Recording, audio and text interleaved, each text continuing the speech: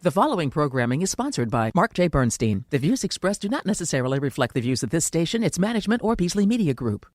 Entrepreneur, author, and financial consultant Marc Bernstein helps high-performing entrepreneurial business owners create a vision for the future and follow through on their goals and intentions. Ange Honorato is a business growth strategist who blends psychology and business together to create conscious leaders and business owners who impact the world.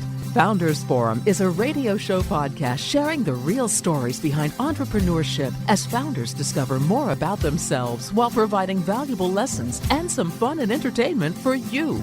Now, here's Marc and Ange. Good morning, America. How are you? I can't help it, Ange. I was singing last night. Had to do that. You haven't done that in a while, so you had to bring Good it back. morning, America. How are you? We are here on Founders Forum.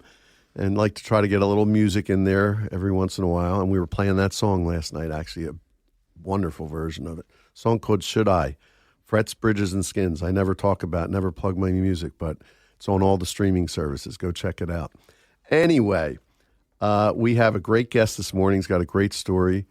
And on the way in this morning, Ange, we started talking about it, but I was thinking about an experience my son has, who's in the junk business, as is our guest today, Jake, who's also Jake. My son's Jake. He's Jake. And he told me a story about a couple weeks ago that he was in a woman's house who had passed away and nobody had really attended to her stuff for a long time, and the landlord was having the place cleaned out. First thing they found was an urn with ashes. And my son, and I say this with lots of love, but he's not really known for his compassion, but he kind of surprised me because he said, this poor woman never had a proper send-off. You know, her ashes are sitting here. So me and my friends were going to go up on a mountain and we're going to scatter her ashes. I almost cried. It was very sweet. But there's more to the story. So he starts looking through the boxes there, and one of his guys said he already checked this box, and he goes in and he feels that it's really heavy, and he starts digging below the surface. My son is like, he should be a detective, is really, because he doesn't miss a trick about anything.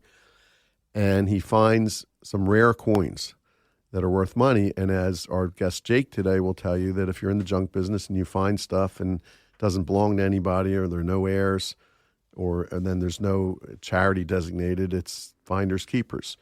Turns out one of the coins at least is worth a lot of money. So it reminded me of the story Acres of Diamonds, which is by Russell Conwell, who were in Philadelphia, and the story is known throughout the world. There's millions and millions of copies sold of the book.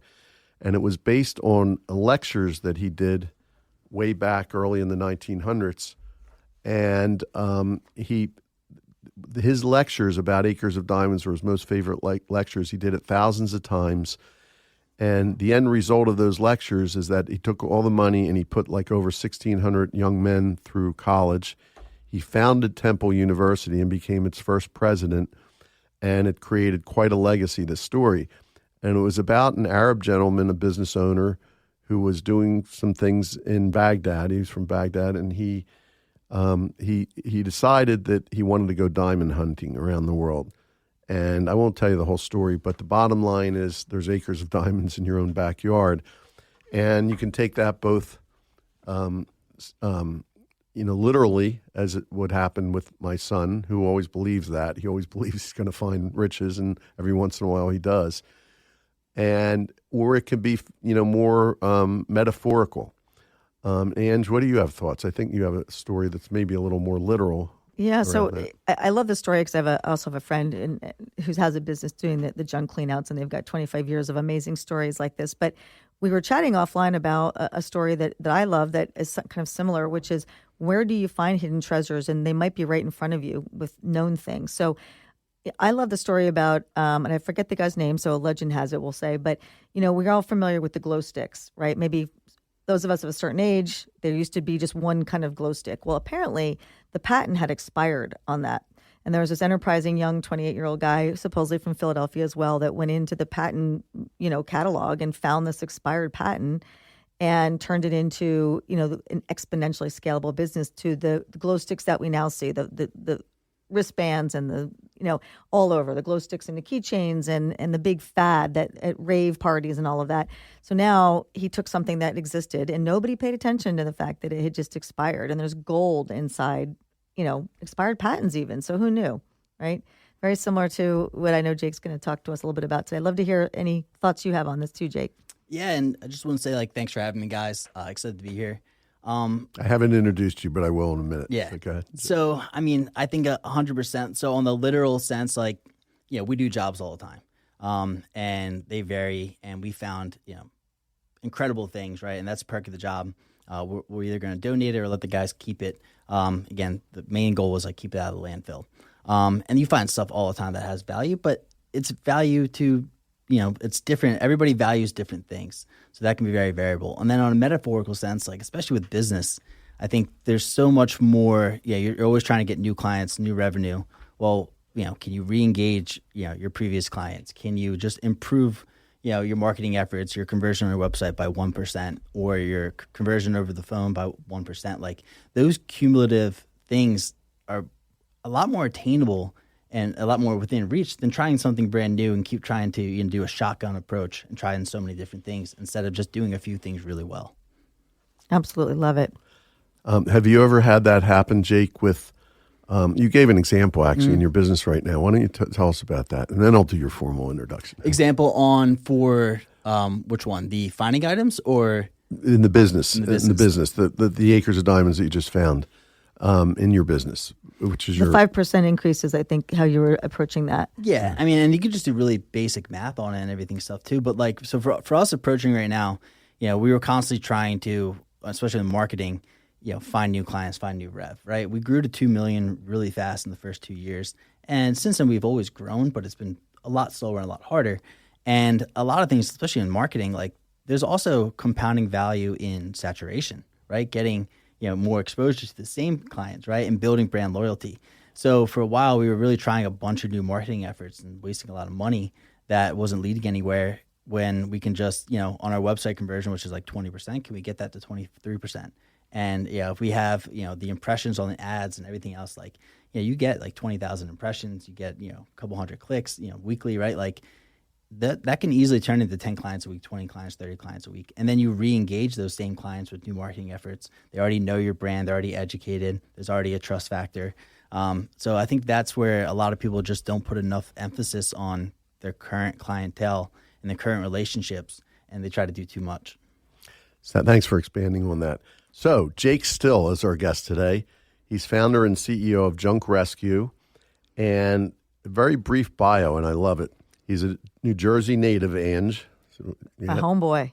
Where are you from? North Jersey. North Jersey. Yeah. We might as well be two different states. But hey, we're all in Philly now, so it's okay. Yeah, but she spends her time in South Jersey these days. So well, that's the Jersey Shore is all just that's a third region of the state. Well, it's still South. You're right, it is. It's not really South Jersey. Anyway, and he's also a graduate from Westchester University.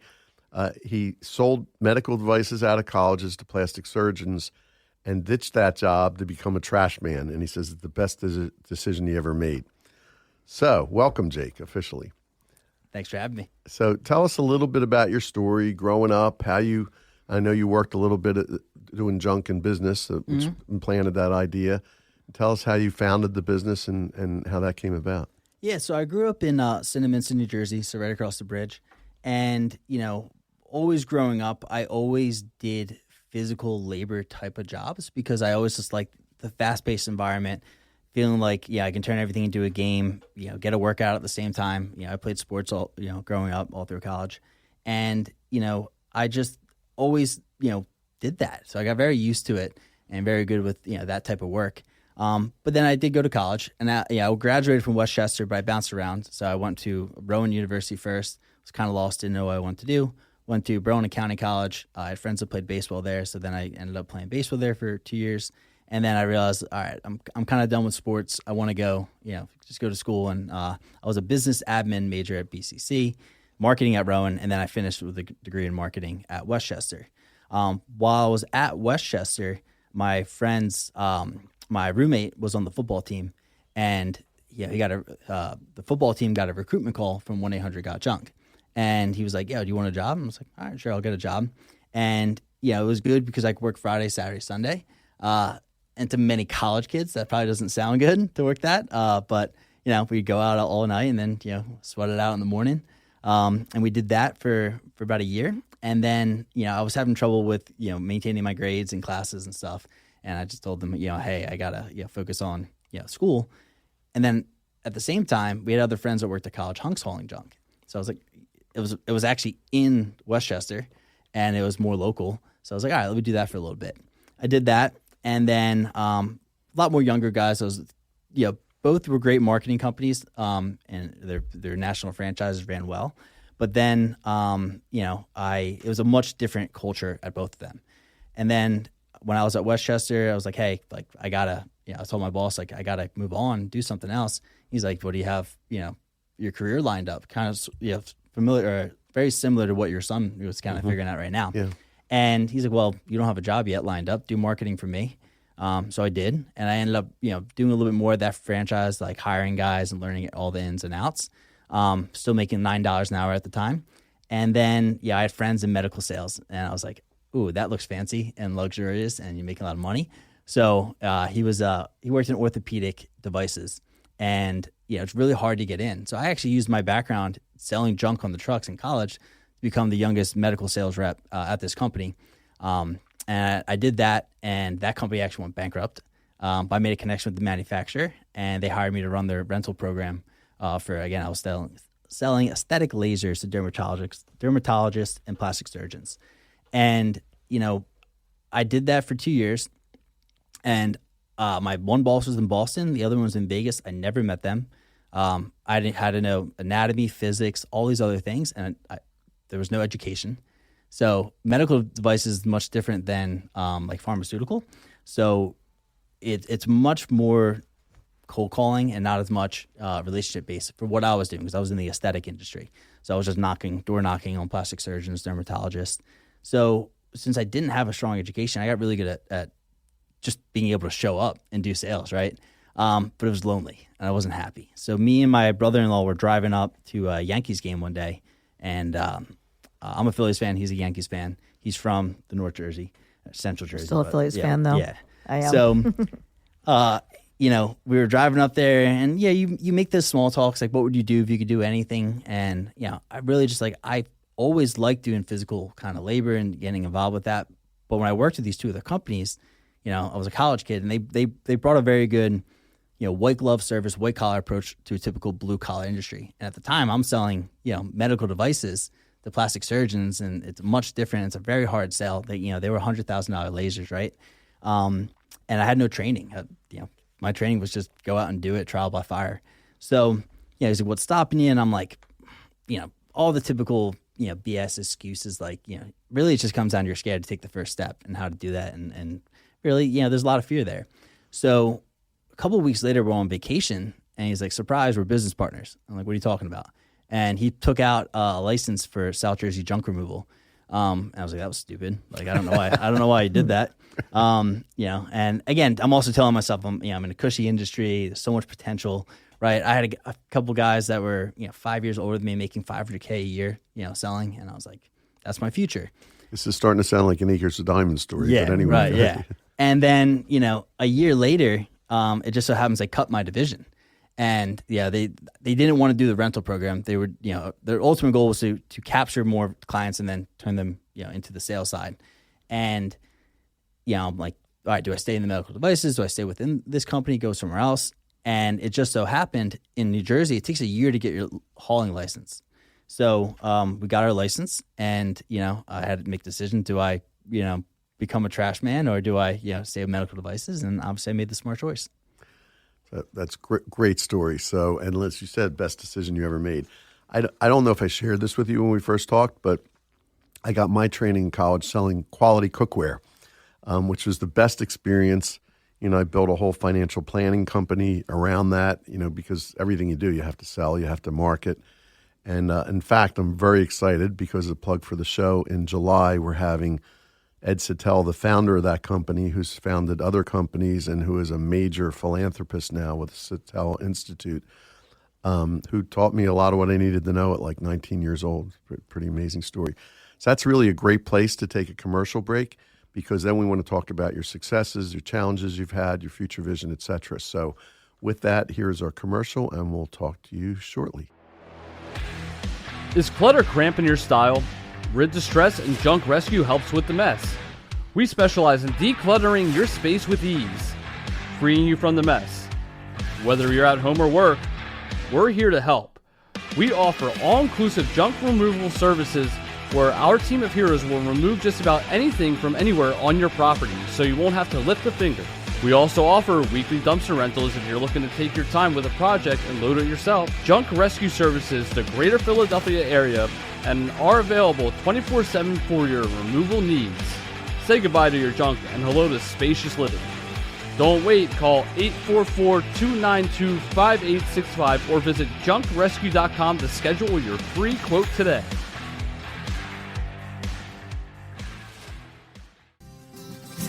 Welcome back. We're with Jake Still of Junk Rescue, co-founder and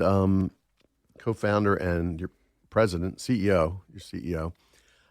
Jake, so I know you've had a lot of success, and I know a bit about that business. I know people in the business, and I know they're not having a great year.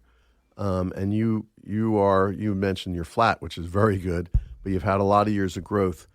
I'm sure you had challenges along the way, so I want to hear about those challenges, and then also what were your keys to success? What are you guys doing right that put you where you are today? Yeah, absolutely. So it's kind of comes full circle. Like, this is what wisdom is, right? You learn going forward. So when we actually started the company, that was in May of 2016 when we actually started like building the brand. Right. So the first thing I ditched was South Jersey junk removal. Right. And I switched that and I was like, we're going to rebrand.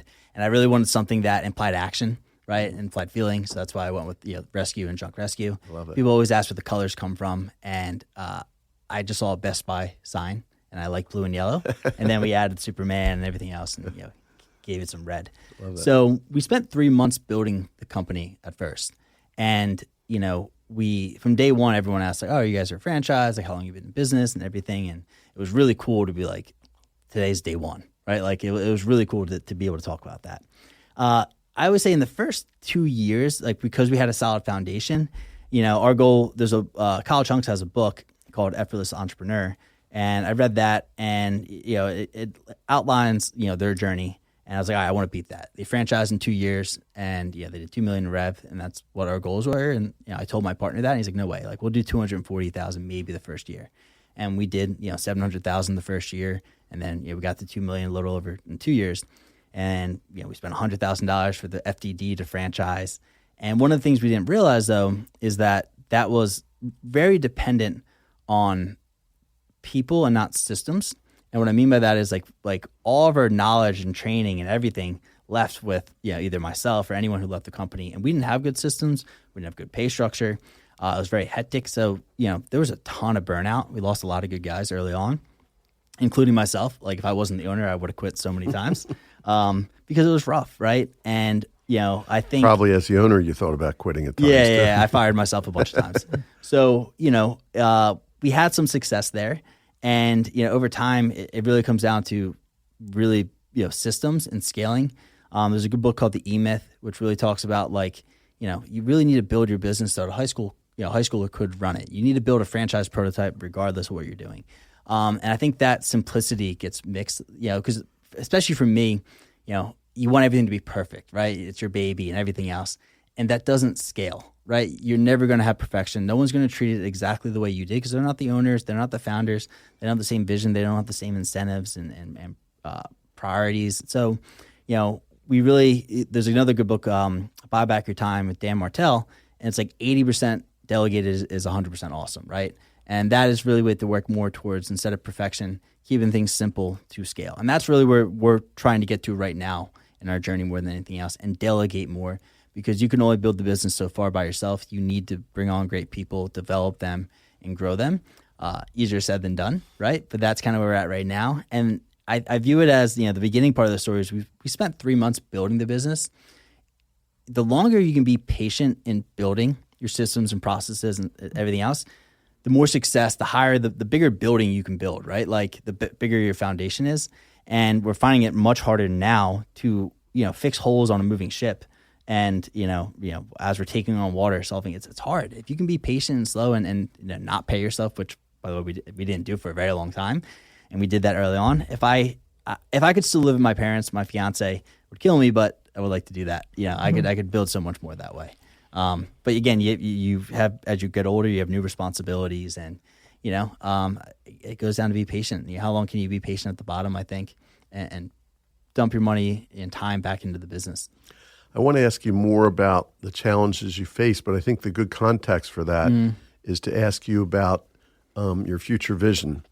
And you would like to talk about your 10-year vision. So if this were 2034 and we're looking back on the last 10 years, what would have to happen, Jake, for you to feel that that was a successful period in your life? And it could be business, personal, financial, whatever that means. I mean, on a personal side, I would like to have a family and be at that part of my journey right now. So I'm engaged, thinking about kids, right?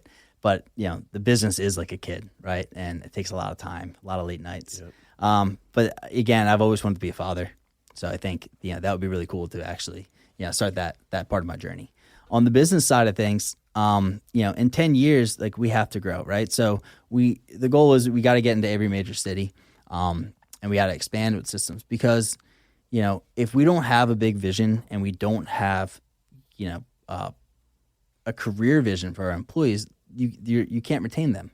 Like, you have to grow, and they have to see the growth and see the vision, and you have to execute on that, right? So, I mean, our goal is to be, if you're driving down the highway, in any major, city, you should be able to see our brand, whether it's a billboard, a truck, employee out. Well, it won't be a Wawa, but it might be a Sheetz or whatever else they have out there. That needs to happen. Because again, if you're not growing, you're dying, kind of thing. I really believe that. Could be a Wawa. They're expanding. Yeah, that's a whole nother story. We talked about it. It's a different day. Yeah. Don't dilute that brand.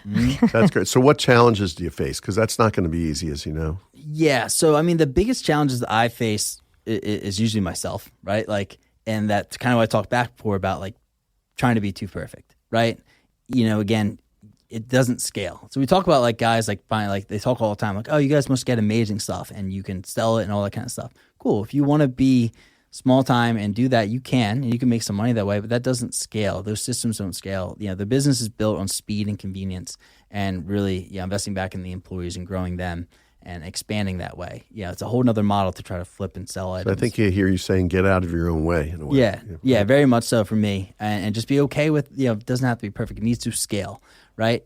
And also, the easier it is to scale, more simple it is, the easier it is to delegate and allow these guys to then have success.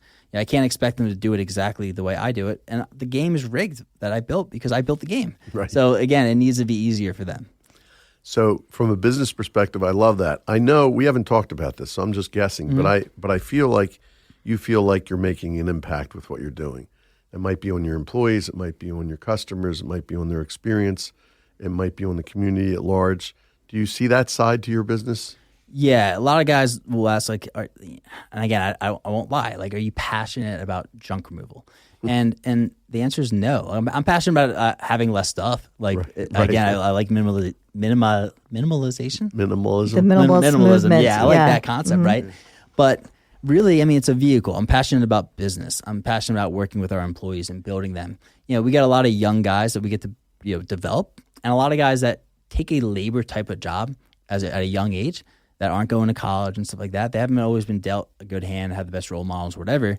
And they're really raw, and you get to work with them. Going back to, like, the whole diamonds in the rough kind of thing, Acres of Diamond story.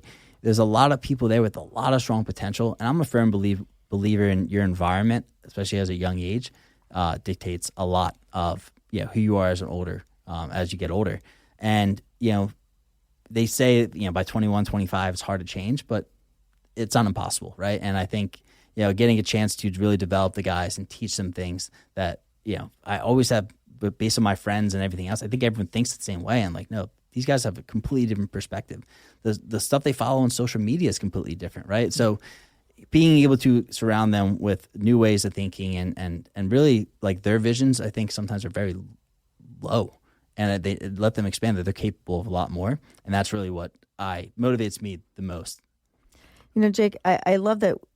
Typically I like to ask people, tell me about your culture. And I think you just encapsulated that very, very well.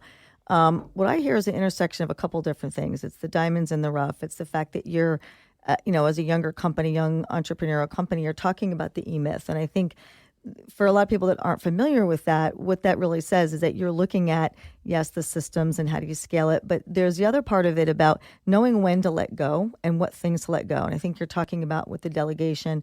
But I just want to highlight, too, that the fact that at this stage of your company's growth, that you are paying such attention to the growth of the employees. Because at the end of the day, as good as your systems are, your product or your brand or your marketing, if you don't have high retention and you don't have a way to attract that talent and develop them and give them purpose, which is everything that you just mentioned. And I think that's a really important message for people.